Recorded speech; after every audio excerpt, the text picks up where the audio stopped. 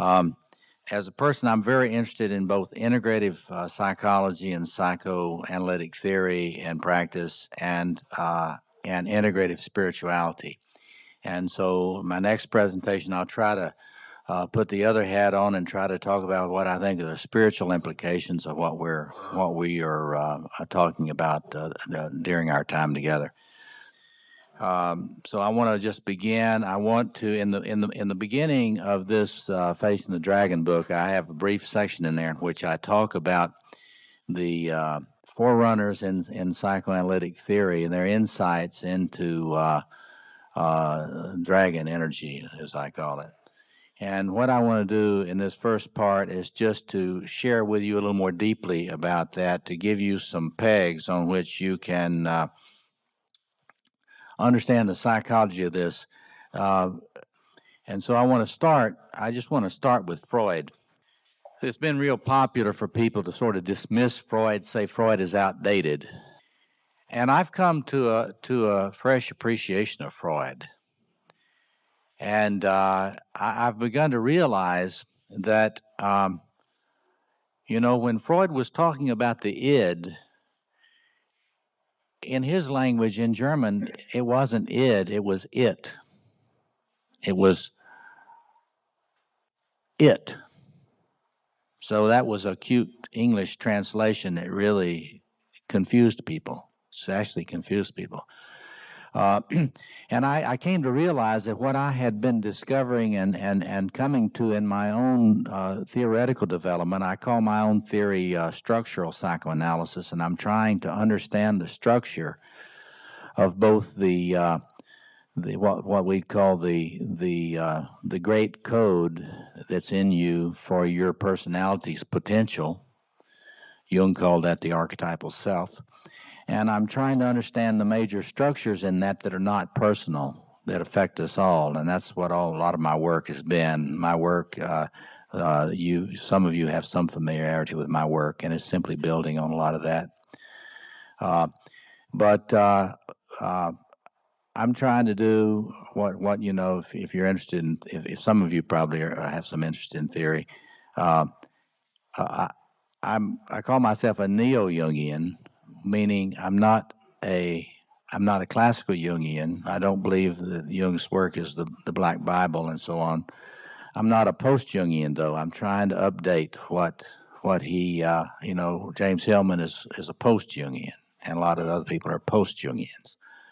But in any case, what I've discovered though in my work is that I actually there's some I'm kind of neo-Freudian too, in the sense that what I've discovered is that there really is an it in your personality, just like Freud said. And it is not I. The I, his word for ego that we say in English was not ego at all. It was ich, the I. It is so in his theory in German, it's the it, the I, and the over I. And so now, what was the it in Freud's take? And let's just stay with Mr. Freud here. What does he think is going on with you? Well, he thinks there is this enormously powerful it in you that wants what it wants. It has got an agenda, and it's extremely adamant and powerful in pushing for its agenda. And it is so good at getting what it wants a lot of the time that it pushes you, we would say compulsively. A lot of the things you think you choose to do, it's actually choosing, it's determining. And what is your I, your ego, doing? Your ego is making up rationalizations about why you did that. Your ego, and this is where Freud came up with the idea of defense mechanisms. And everybody's kind of wondering, why does he call it ego defense mechanisms? Because it's defense. Defense against what? Here's the shorthand version, folks. He felt that the I makes up an interpretation of why it's doing what it's doing in order not to know that the it is calling the shots. Now, based on what I have been learning in my most recent work, he's right about this. He's right about this. A lot more of what you do is determined by that great thing in you than you think. And so if you're using Freud as a teacher, one of the things you want to do is, I wonder what its agenda is in me. And I wonder how it's expressing itself, and I'm coming up with for example, give an example of me. I can come up with great rationalizations for why I am a workaholic. I mean, you ask me, I can give you a PhD version of why I'm doing all this.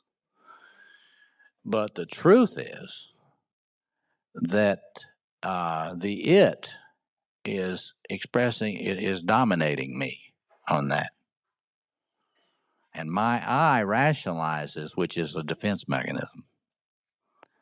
But my I also, somebody said last night in one of your insights, my I also wants to keep my knowing, keep me from knowing how my compulsion is harming my relationships.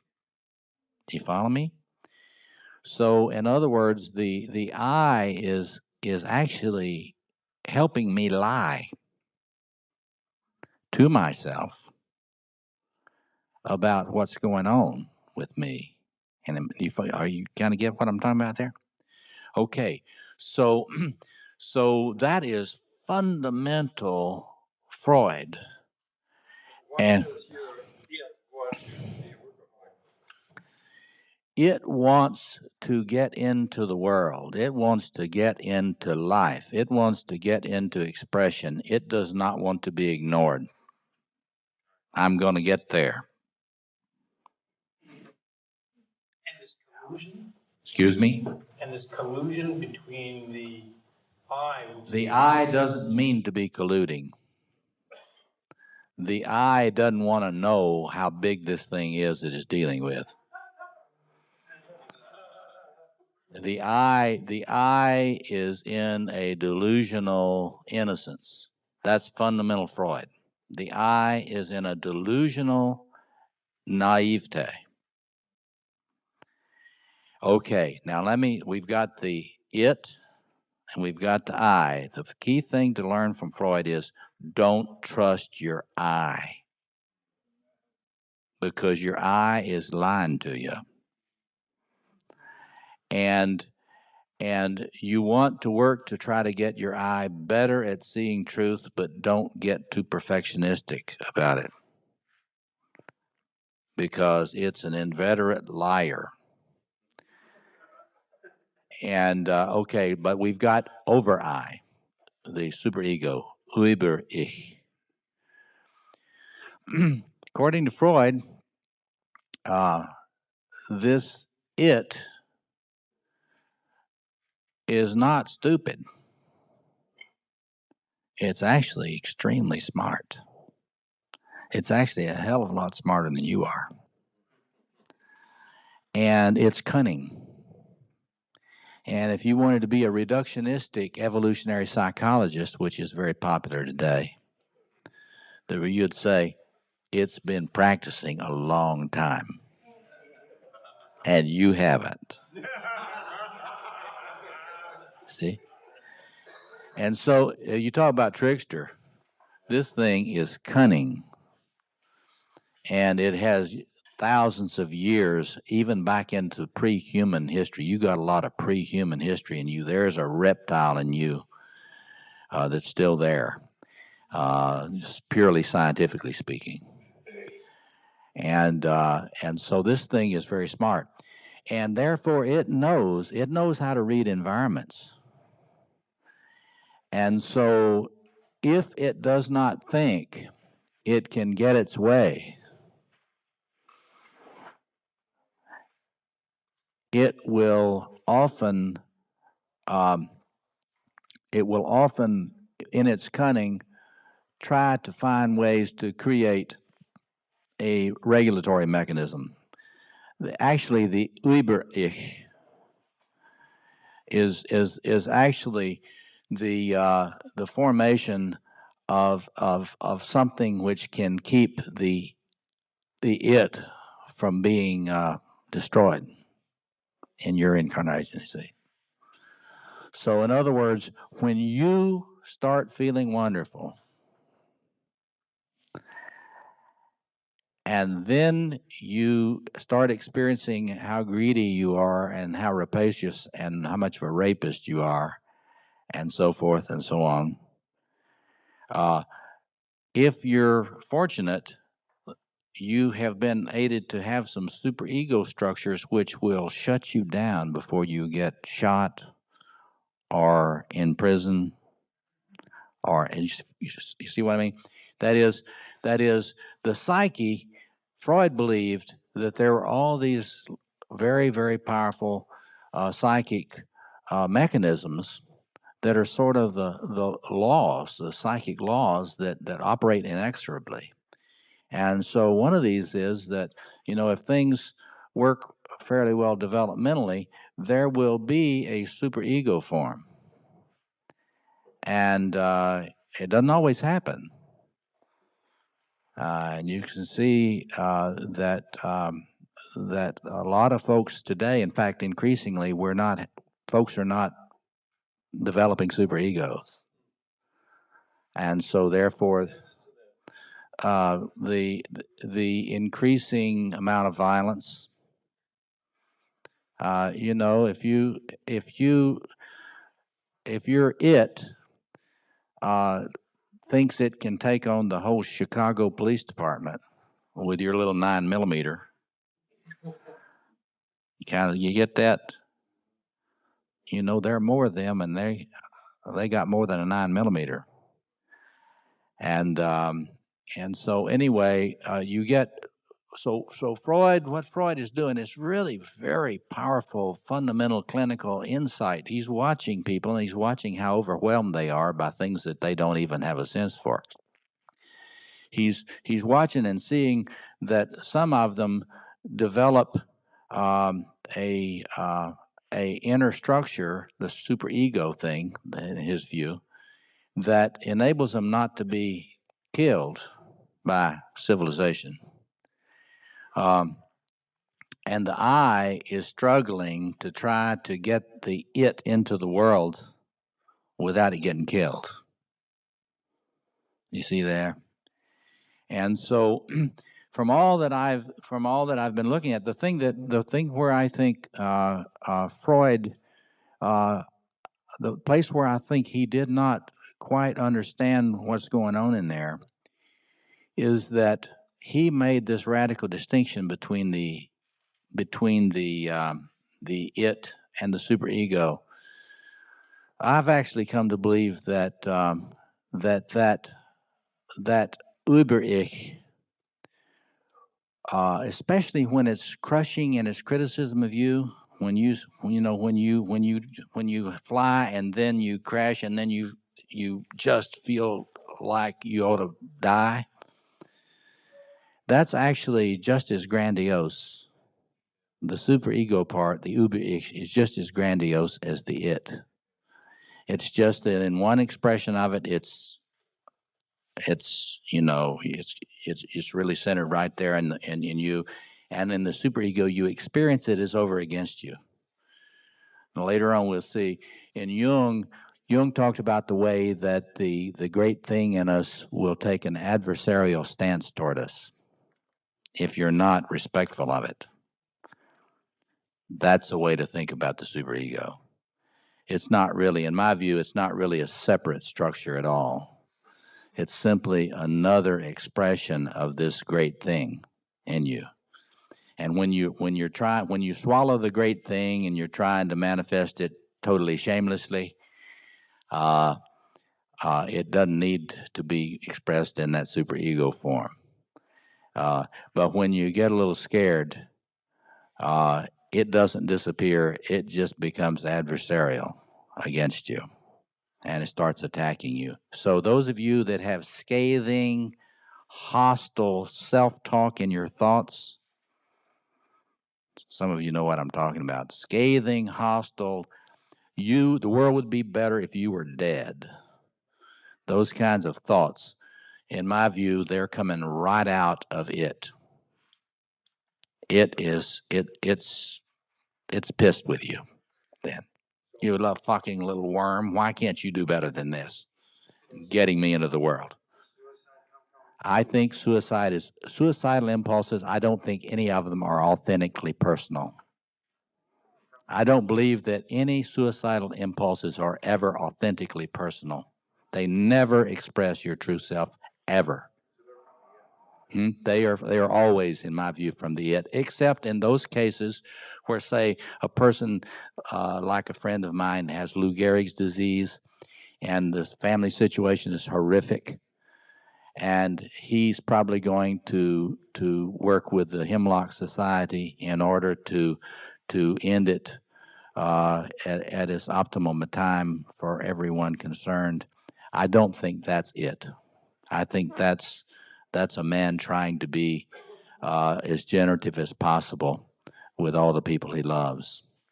Do you follow me? But I'm talking about those when you have those thoughts, which are viciously, sadistically attacking you, and most of us here get them. It's just that there's a continuum. Some of you are really being savaged by them. Others of you are just it's constant nuisance. But in my personal view, that's the it. And we got to come to a deeper understanding about why it's treating you that way. And don't let me forget to get into that because I think it feels betrayed by you. If the it wants to come into the world, yes, why would it then institute suicide? It has not got endless patience, Robert.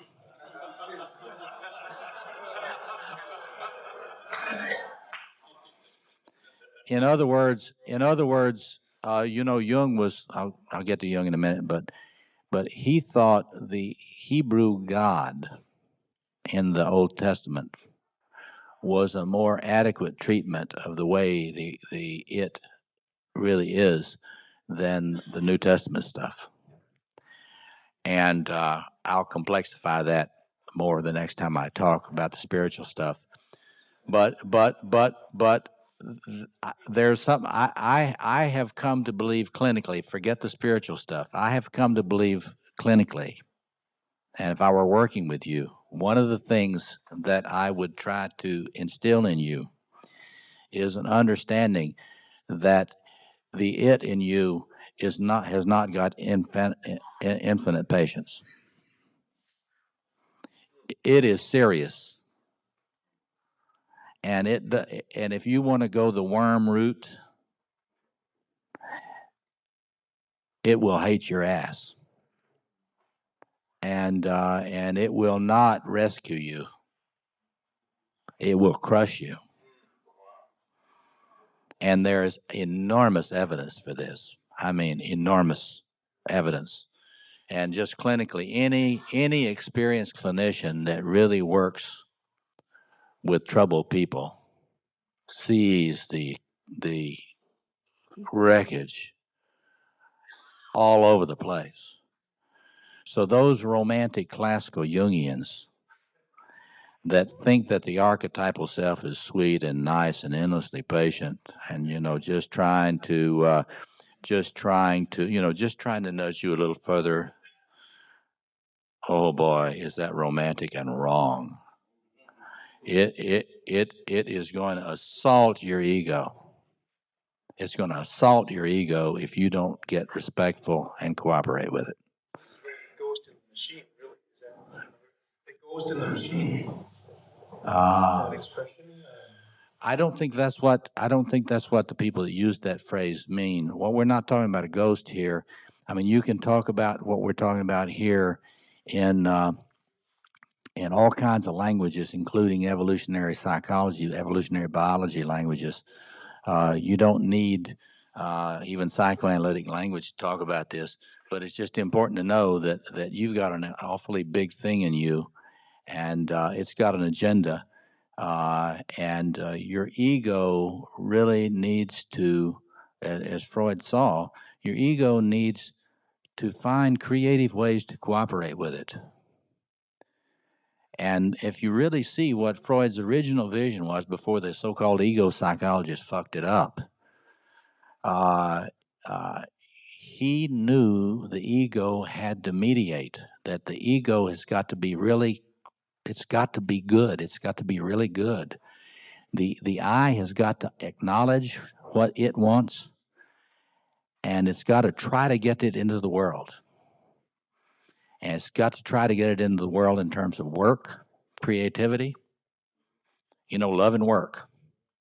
And it's got to try to get it into the world in terms of eros. You right? And if you don't work hard to help the it, they're a huge price tag. So that's Freud. And excuse me. You can never give it enough. See, that's what I said about the ego has got to be good. Lyle saying the it always wants more, and the ego, you're human, the human guy that's trying to grow, has got to get that. You've got, this is why it's great to call this thing the dragon, because there's too much anthropomorphism in psychology and spirituality. Entirely too much anthropomorphism, cleaning it up, making it human. This thing is not human. It doesn't understand your problem.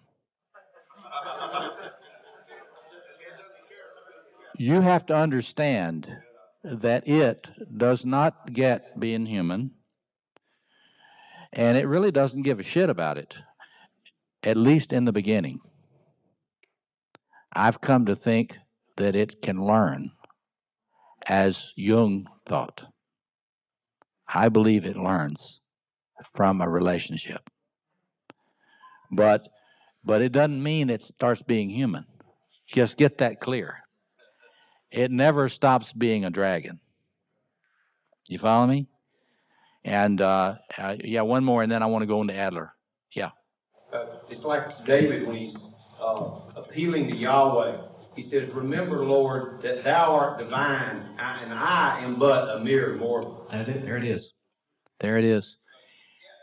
And when I'm working with people on relating to it, I actually try to get them to get that into their actual articulations to it.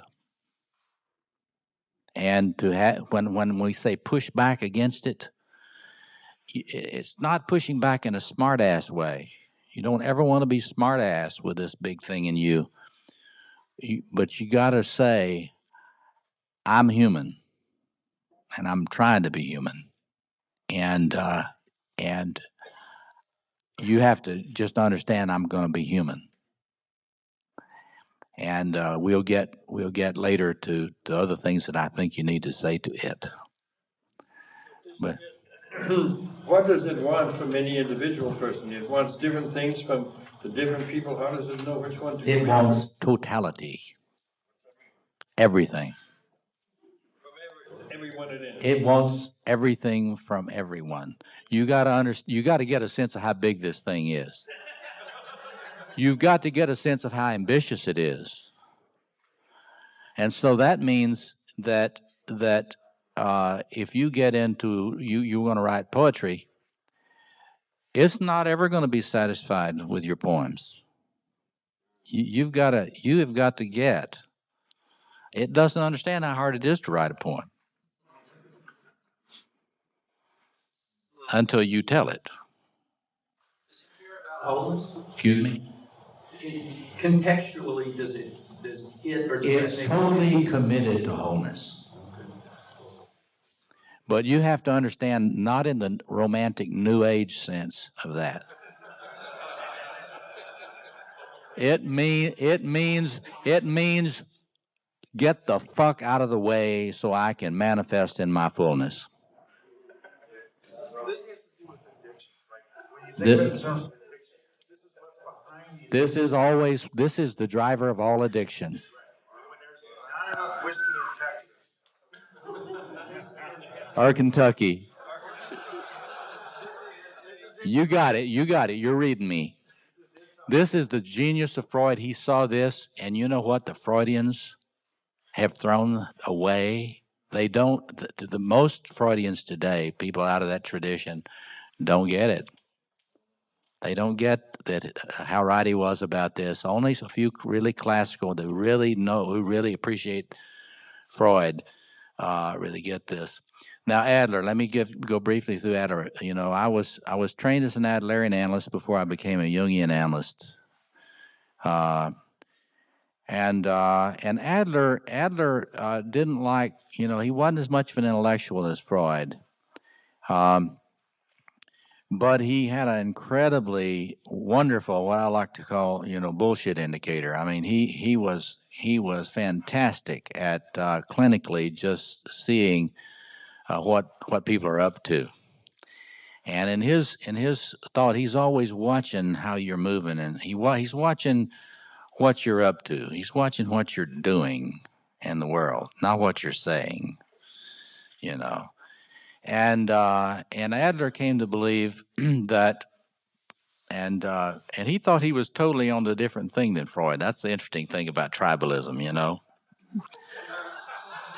You really think you've got a new product, you know, and really that all of what Freud said was wrong, and now I really. But anyway, he said, you know what? It's at the heart of all psychopathology.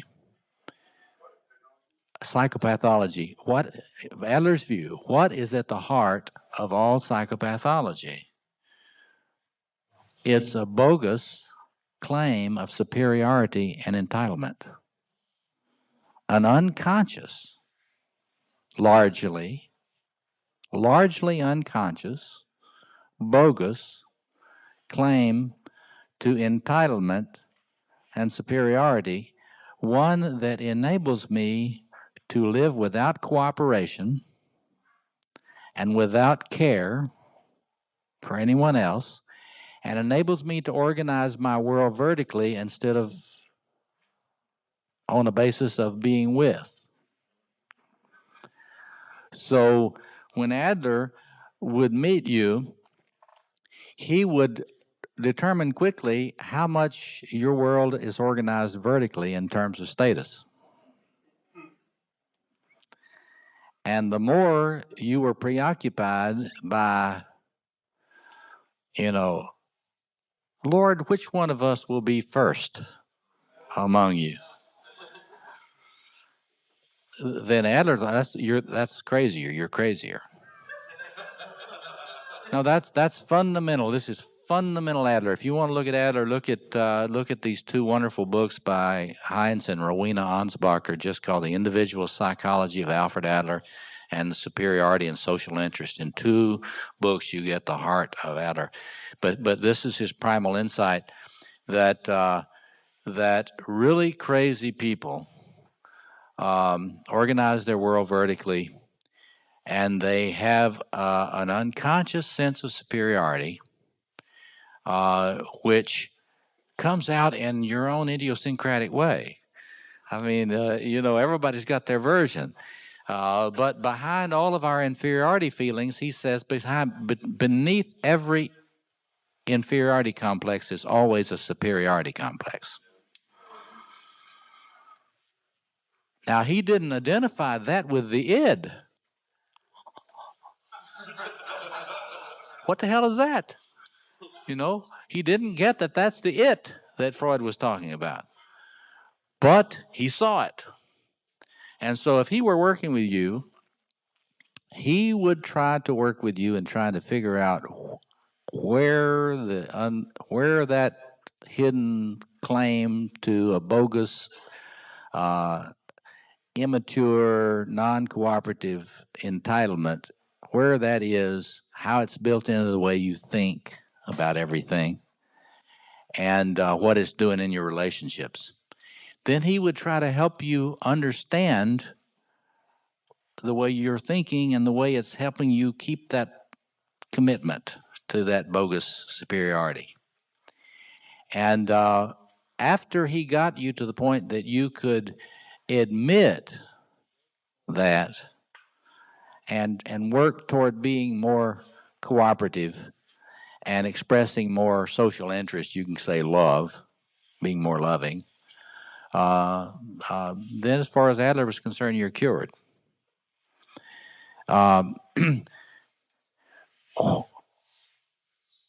it's an incredibly powerful point of view, and it really exposes a lot of people who present their craziness as weakness, people who present their craziness as inadequacy. See, Freudians are not as good as seeing that. They kind of tend, if you present yourself to a Freudian as really fucked up, they will often miss the sociopathic aspect of what you're doing.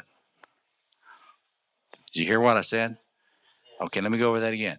If you present yourself as really a fucked up mess to a Freudian, they will often view you as kind of a broken machine, and they will not see the sociopathic narcissism driving your fucked upness. Now, did you get that? Now, Adler is not going to ever let you off the hook. If you're coming in whining, an Adlerian is just going to chuckle to himself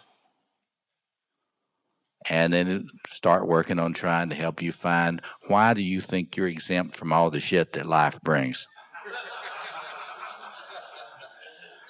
You're the only one that's exempt from all the shit that life brings, right?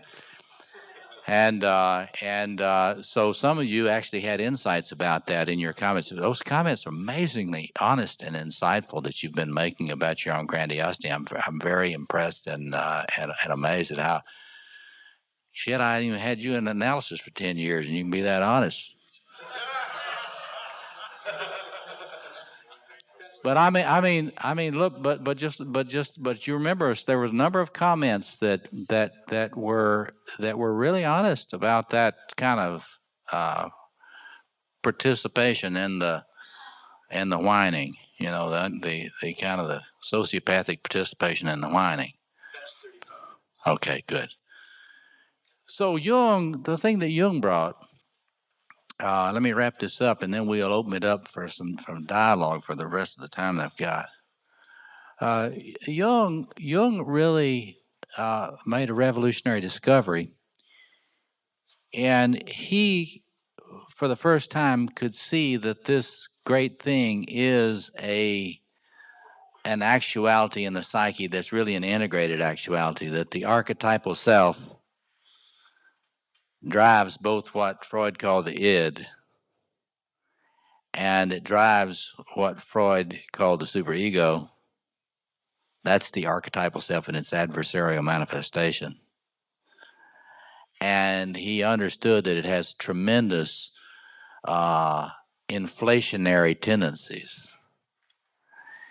And so he got it all into one, he got it into an integrated psychic structure and what he also did that is actually far superior to Freud and Adler was that Jung got it that you can't cure this thing.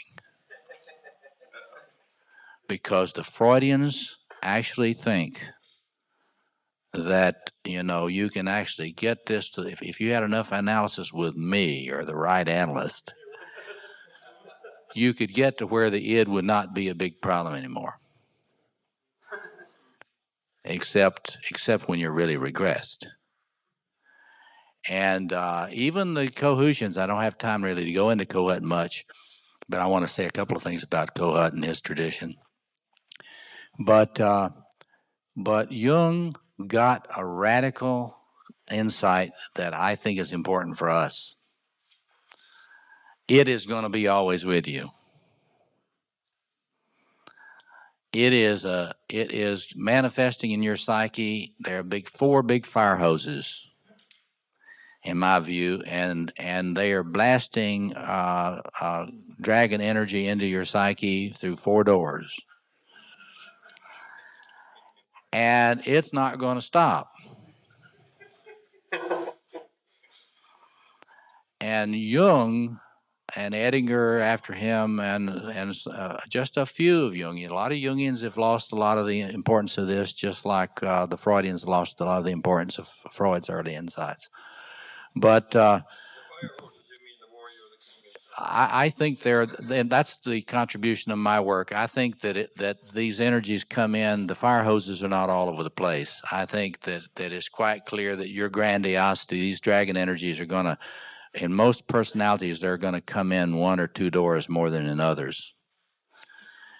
And I'll go into that next time I talk about what I think the challenge of all that is. And that's what I'm working on now in my psychoanalytic work, clinical and theoretical work, about trying to get a lot clearer about this than previous theorists have been, and to try to be more practical in helping people know what they got to do with it. But I think it's radically important that you know that it doesn't go away. It doesn't become human. It's always going to want more. Jung and Edinger knew another important thing is you want to get clear that it's there. You want to be very respectful. You want to try to form a relationship with it. That's all absolutely right. The only thing I think, the great Kohut, which I'll have hopefully a chance to talk to some of those of you that are interested in this stuff at more depth in other places. Kohut raised the ante, he raised the bar in terms of sensitivity to this energy. Because a lot of Jungians will use the word inflation. And if you come in and you're feeling good, they'll see you as inflated, and they'll see that as something you ought to get over. And that's really foolish. You're not going to get that shows they don't understand what the archetypal self is. You're not going to get over it.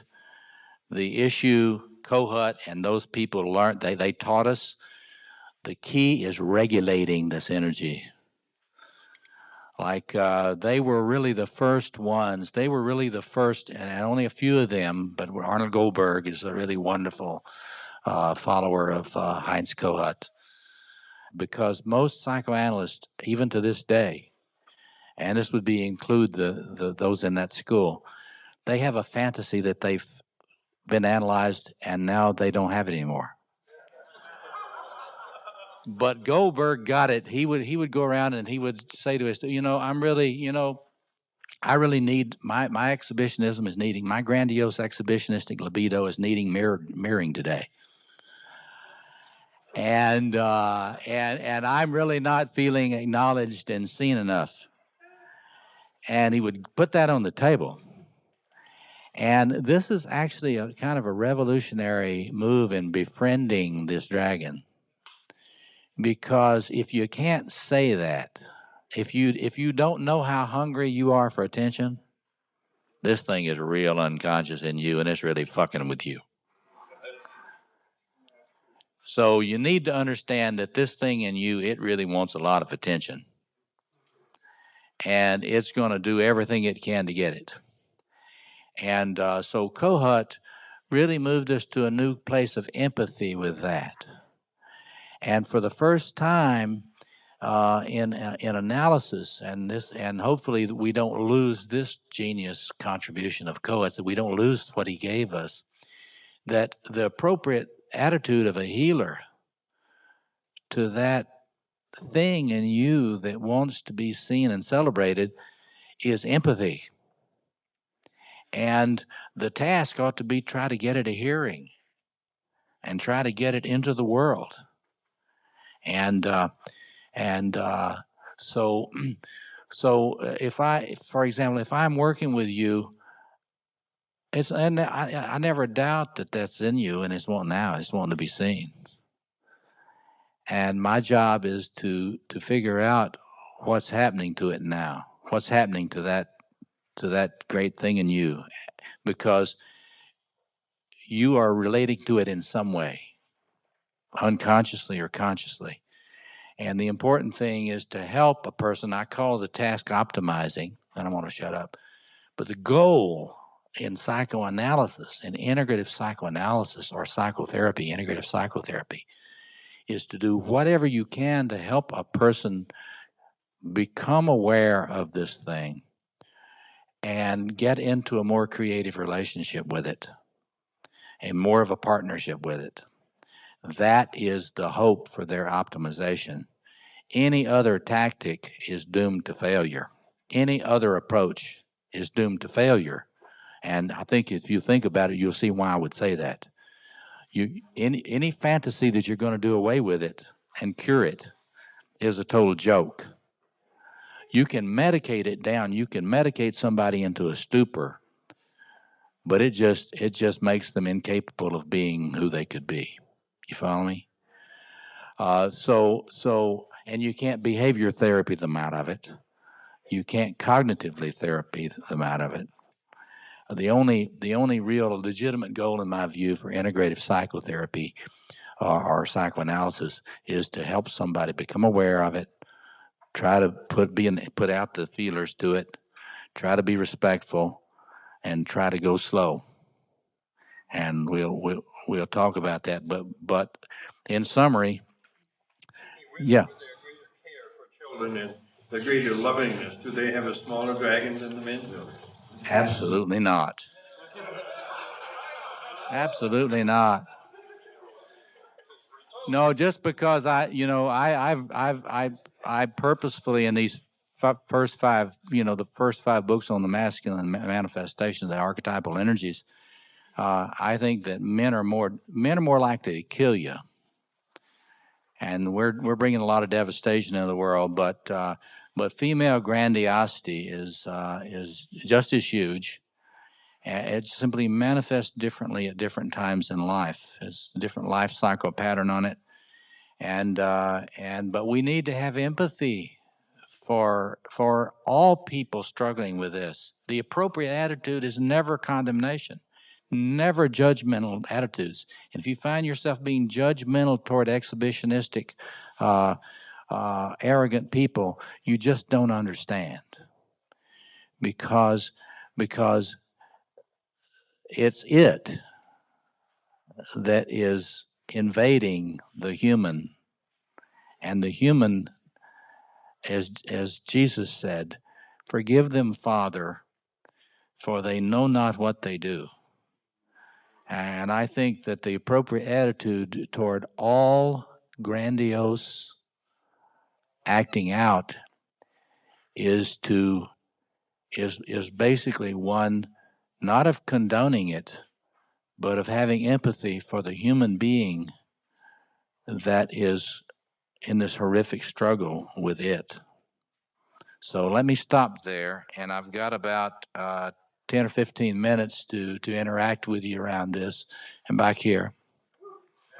Thank you. Thank you. Thank you. Thank you. Thank you. Thank you. Yeah. So the sense I get with the dragon energy on the masculine side is that it wants to penetrate. Yes. Wants to penetrate. And if I Incarnate in you. It wants to penetrate and incarnate in you. And that if I don't develop, if there's not a proper relationship if there's not a proper relationship developed, then the tendency is it will devour. It's going to penetrate you anyway. It's just that your ego is going to be in denial about it. And your ego is going to rationalize that you're beating the shit out of your wife and kids because they deserve it. You follow me? So whenever you get domestic violence, it is taking over. And whenever you get the acting out we're seeing on the world scene right now, it is just in a rampage.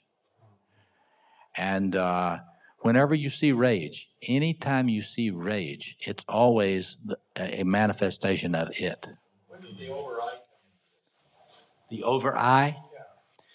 Well, when it develops, when it comes in as a form, it becomes an adversary to the pretensions of the I. Well, you hope it will. Well, the over I is never balanced. You have to understand that those criticisms that you will hear in your head, the depreciations of yourself, stay with me on this, the depreciations that you're always, I got bad news. You're always, no matter how successful you get, you're always going to hear from time to time the uber-ish negative depreciating commentary on you. It's never going to be completely going away. Anybody that thinks it is, I want to sell them a bridge. But that doesn't mean, I'm not hopeless about this, it doesn't mean that you cannot develop such a relationship with the dragon, that basically the relationship is in more of a flow and communion. And the more of a flow and communion you have with it consciously, the less you're going to be attacked by it. This is what I was going to ask earlier. Does the shut me up if this is taking out the direction? Is the I the fulcrum point that dances to both ends of the teeter-totter? Is the it and it's dancing with the over-I because they're both extremes? That's sort of Freud's vision. I would say that it's very important to wake your I up as much as you can. And that's what all attempts at personal and spiritual growth ought to be about, being more and more awake about all this. And but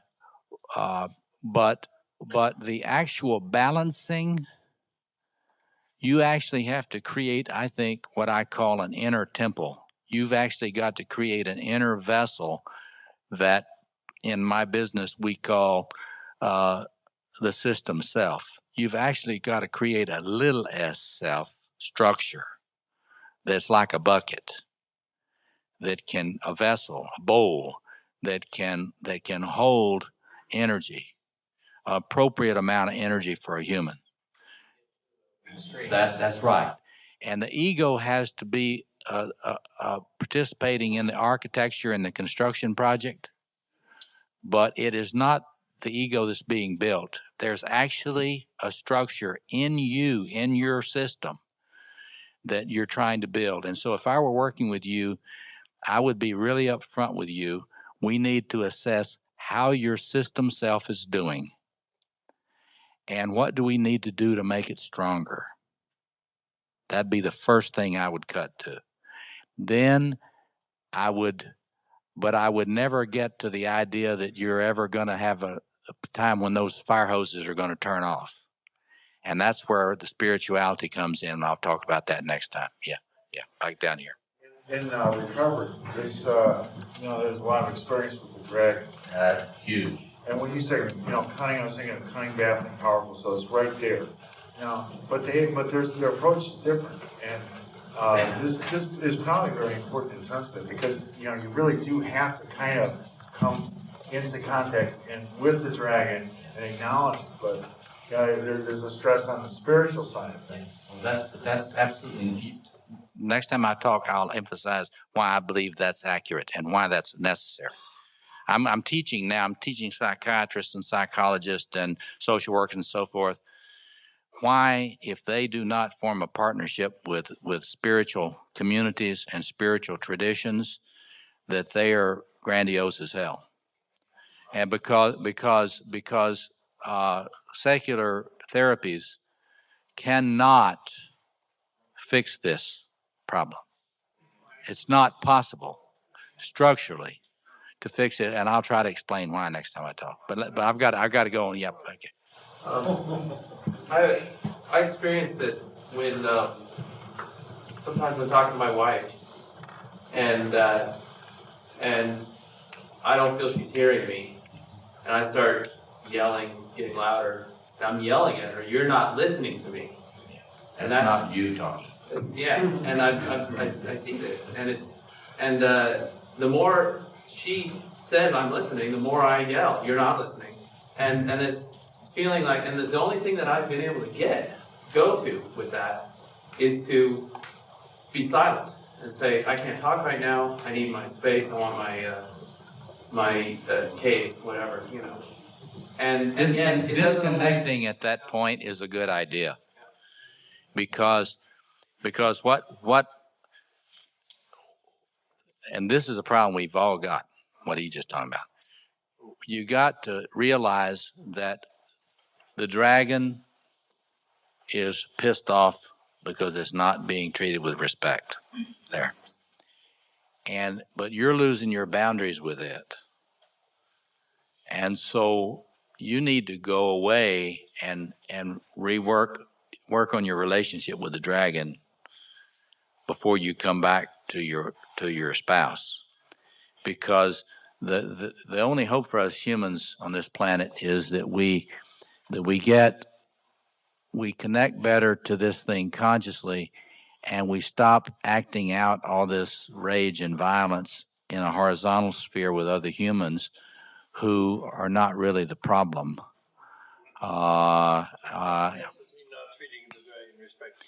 Well, and it's not, we all look. There's something that's very important practically to get. This thing comes in from behind your eyes. You do not see it coming. You need to understand, when the dragon comes up from behind, it's like in the movie Dune. Remember when that giant worm comes up? It comes up like that. You don't see it coming. There's no signpost that says up here, like when you look through a camera and you got those little things up there that tell you what's going on. There's nothing on your lens that says, getting close to the enantiodromia point, getting close to the enantiodromia point. You're going to go over the edge now. There's nothing. There's nothing. I'm serious. That's very important to know that. It's very important to know that. And so when you lose your boundary with it, suddenly you're an angry god, or she's an angry goddess. And gods and goddesses, when they're not real matured in their expression, don't get along. That's why that Namaste song is so wonderful that we were doing, because that's really an image of the goal, get to where you can actually consciously be aware that when you're relating to somebody, it's not just that human you're dealing with, there's also it in there, and it's watching. And while that human may forgive you, it won't. And so this is why I say to people, this is anybody that doesn't understand the importance of respect with a capital R, they just don't get it. Because yes. Depletion is what you're structurally, you feel like you're configured around a depleted image and ego. What would respect look like? Yeah. If you're configured around depletion, you've got to realize that the dragon in you have done something to force it underground. Your ego is colluding and forcing it underground. And you have got to figure out what it is you're doing to force it underground. Because when you force, you got to get something. your grandiosity never goes away. Your grandiose energies, they never go away. If you're not feeling them, they're in there. And you have to ask the question, where are they going? They may be going on to your wife. They may be going on to your boss. They may be going on to Robert. They may be going on to your corporation. But they're going somewhere, and that's what we call an idealizing projection or transference. You need to track your idealizations, because if you are feeling flat and low and depressed, I will guarantee you, you are giving away in a displacement. You're displacing your own experience, and you're dissociating. You're dissociating your own experience of those God energies in you. So you've got to do some detective work. And that's the challenge. Yeah, back here on the back. I'm wondering about if you could respond to how the dragon relates to discipline and laziness. I've noticed a few older men have talked about some of the kids these days have represented some perhaps laziness because maybe they didn't have, they have too much. And I was wondering if you could respond to that. Yeah. In my view, each quadrant of the psyche has its own manifestations of grandiosity, and they don't look alike at all. What you're describing, laziness, is a lover grandiosity. It's a lover form of grandiosity. It's into a fantasy. I don't really need to do anything. I can just be wonderful without effort. And so excellence goes out the window. And the capacity for fierceness goes out the window. And the truth is, you can't really be in a partnership with this thing, a real partner, if you're not fierce. It wants you to be fierce. How do you understand the movement? That's Nietzsche, in case you wonder. How do you understand the movement into multiculturalism in the universities, in which all theories of excellence are thrown away in the last 20 years? It is a new strain of the virus of grandiosity. It's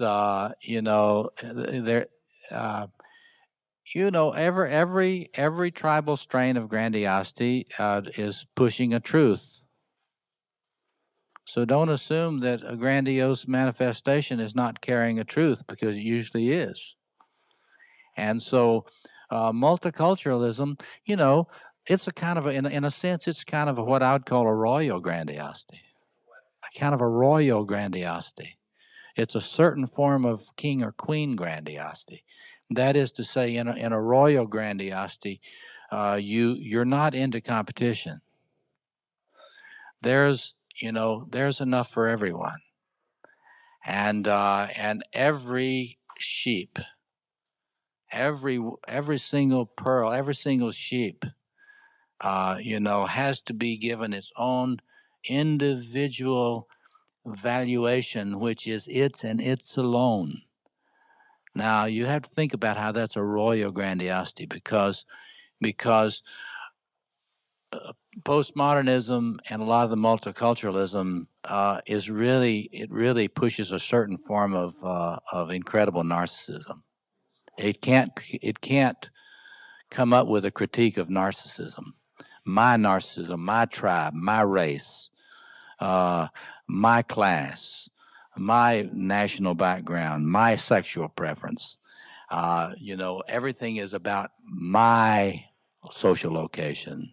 And shut the fuck up. You can't offer me anything. You cannot offer, you're a heterosexual, you cannot offer me, I'm gay, you cannot tell me anything. Or just the vice versa. I'm heterosexual and you gay people are only pathological. You have nothing to offer me. You see that? You see the grandiosity in that? Because it in a funny way, it sort of nukes the commonwealth. It sort of nukes the community. And that's what happens in organizations where that takes over. I mean, it breaks bonds. But that doesn't mean that they do not have, they're not right about something. They're right about the value of the particular. Does the dragon have a weakness for shame?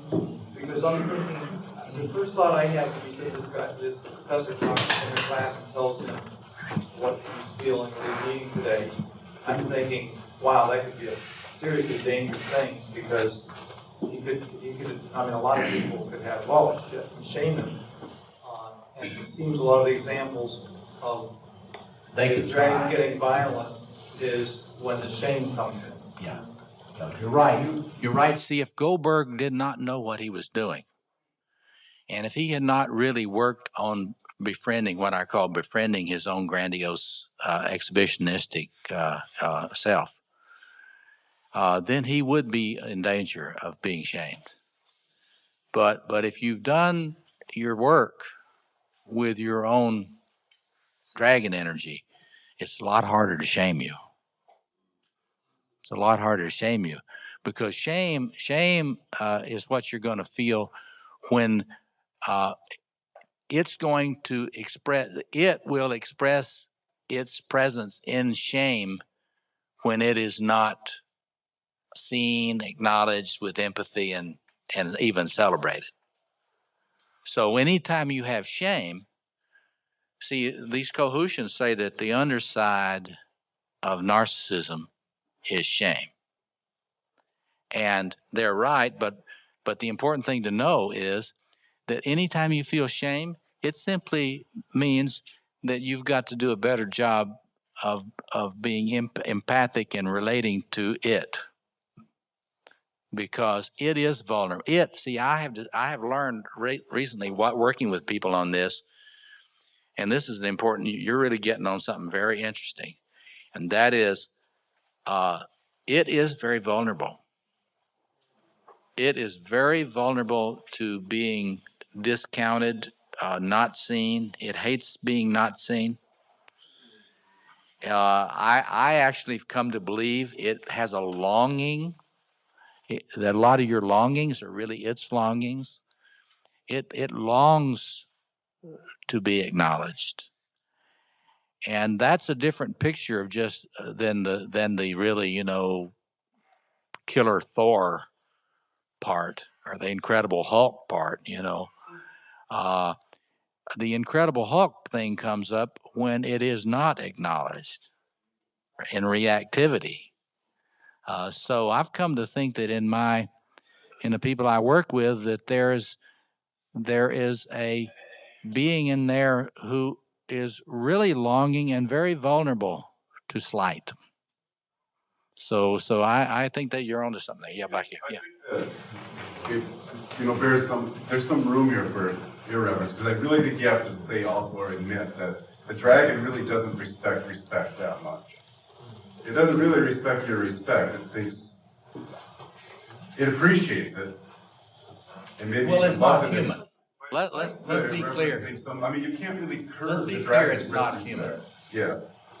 But see, you got to actually see this clinically to make a statement like that. And I actually see the way it relates to people. I see it change when they are respectful. It does not mean that it's ever going to get to be buddies. To where you're ever going to be buddy with or anything like that. And it's always going to be pressing its agenda. And in that sense. But in relationships, you notice that the dragon gets shaken loose when the other spouse gets some kind of nifty irreverence that just gets it right. And suddenly you're actually relieved of it.